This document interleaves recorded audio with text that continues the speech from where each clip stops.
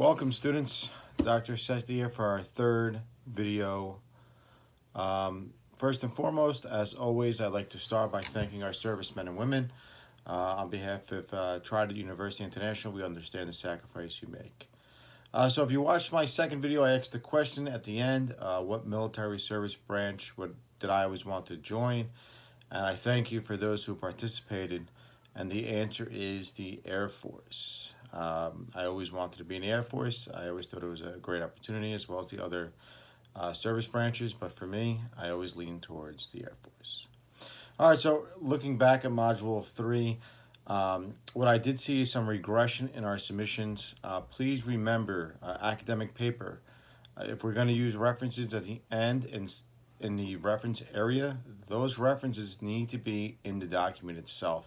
There needs to be in-text citations if you're referencing these authors at the end of your paper. Also, I really need or expect students to be transitioning at this point into APA. I see some students are still using MLA, still using some other forms of references. My goal is for each of you graduating in a master's degree program to go on to a PhD program. That's one of the great successes of a professor, seeing all their students move on to the highest level of education. And with that, it's really important at the PhD level to know APA. Here, we don't take off too many points for lack of APA, as long as we're citing something correctly. But really, in these level courses, we really should be making an effort to transition to APA. And again, just to recap, APA is relatively simple. Just remember, each sentence is its own thought. So if you're going to reference an author's work, where in MLA you would reference the whole paragraph, APA is each sentence. So again, if we're going to reference in 2020, Dr. Aceste said APA is simple, period. And you would then reference Aceste 2020. So again, please really be mindful of that. For those students that are falling behind in work, please reach out to me. I'm more than accommodating for any kind of military deployment, family emergencies. We're here to help you, especially if you are falling behind. If you're falling behind too much, as we're going into Module 4, I hope that you request an extension, a formal extension. Because there comes a certain point where if you submit all your papers the last week of the course, there really be no time for feedback.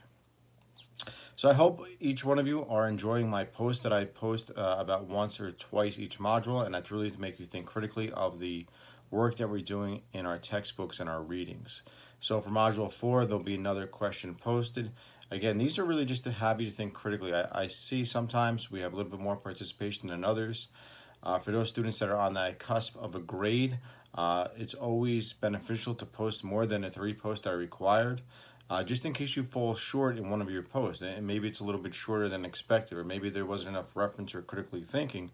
If you're posting 4 to 5 times, typically you would make up for those points that are minus on the initial post. So I know some students reached out to me, how could they raise their grades on a discussion post? And very simple, is to participate more. Use your imagination. If that we're in a brick and mortar setting, the more questions you ask or you participate is the more credit you get for the attendance and participation. So with that, I will be signing off for this week.